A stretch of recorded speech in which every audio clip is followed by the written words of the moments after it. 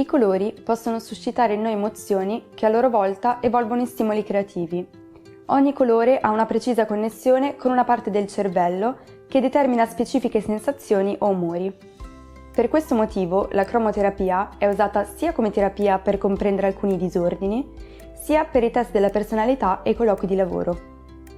In psicologia il valore simbolico di ciascun colore dipende dai sentimenti immediati che fluiscono in noi. Non di meno, parzialmente, dipende dalla nostra esperienza personale. Focalizziamoci sul significato e la simbologia dei diversi colori, seguendo l'analisi di molti psicologi. Iniziamo da uno dei colori più popolari e più amati, il colore blu. Secondo la cromoterapia, il blu rappresenta la calma e ha un effetto rilassante che porta il corpo a chiudersi in uno stato di riflessione e armonia. Nelle pubblicità è spesso utilizzato per promuovere la pulizia e la purezza, poiché è il colore dell'oceano e del cielo. È anche il colore delle relazioni, dato che rappresenta la fedeltà, la stabilità e la sicurezza. Evoca sentimenti profondi e devoti. Il rosso è energia, forza, attività vitale, passione e desiderio. Senza sorpresa è il colore della vita notturna, della disinibizione, che porta una passione travolgente nei quartieri a luci rosse. È una chiamata all'azione verso un cambio rivoluzionario. Può essere simbolo di aggressività e nervoso, come mostra l'espressione idiomatica rosso di rabbia, che significa reagire con incontrollabile rabbia contro qualcuno o qualcosa. Inoltre, nel sistema colori, il rosso è il colore che rappresenta una minaccia.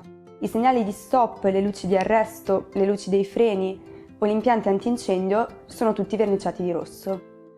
Rappresenta anche il presente e quindi le persone che vivono il momento. Il giallo è il colore del sole e dell'oro, quindi evoca immediatamente luce, gioia, energia, ottimismo e felicità. Simboleggia una personalità aperta, rilassata e potente. La persona che preferisce il giallo è molto attiva, come un'ape, a volte incapace di riposare, ma anche ambiziosa e alla ricerca di novità. Il giallo rappresenta anche il futuro e soprattutto l'attesa di una grande felicità, come la risoluzione di un conflitto. In questo senso può essere segno di un momento negativo vissuto con ottimismo verso il futuro. Per questo motivo, questo colore è associato a un'esperienza gioiosa. Un'occasione d'oro è un'opportunità che potrebbe non presentarsi mai più, e una stretta di mano d'oro è una grande somma di denaro che viene pagata al momento del pensionamento. Viola o lilla, il colore della magia, nasce dall'unione di rosso e blu.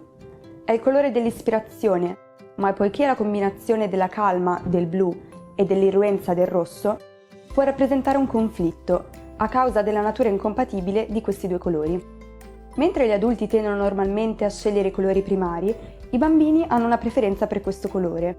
Questo è indotto da una mentalità innocente, che vede il mondo come magico e pieno di possibilità.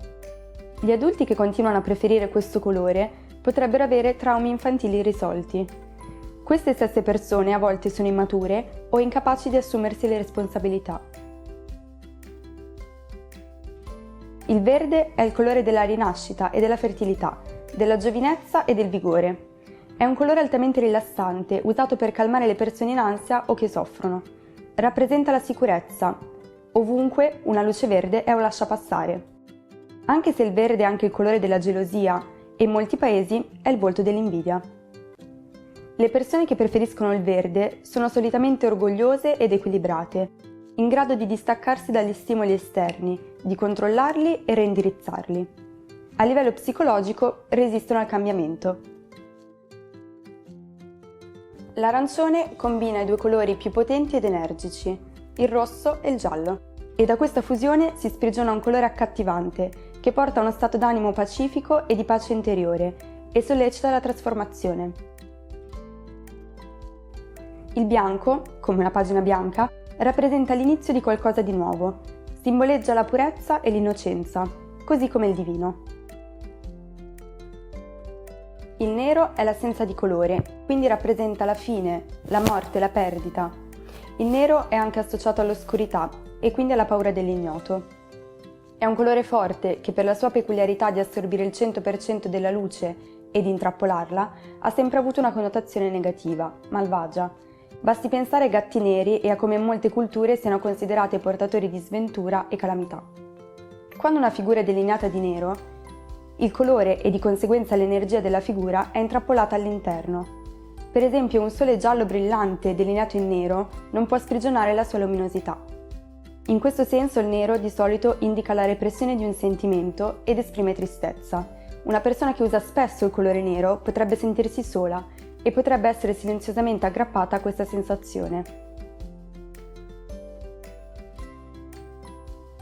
Il grigio è un colore neutro, che appare privo di stimoli e tendenze psicologiche. A livello psicologico rappresenta l'inettitudine verso la vita e la sua scomparsa. Infatti chi sceglie questo colore di solito non vuole e non ama alcun compromesso, responsabilità o coinvolgimento. Come potete vedere, la maggior parte dei colori incorporano un significato ambivalente e profondo. Essi sono formati da uno yin e da uno yang che combattono costantemente e tuttavia si bilanciano per mantenere un equilibrio. Quindi, mentre analizzi un'opera d'arte, osserva attentamente quali linee e forme sono disegnate e quali colori sono stati utilizzati, nonché quale posizione occupano nello spazio.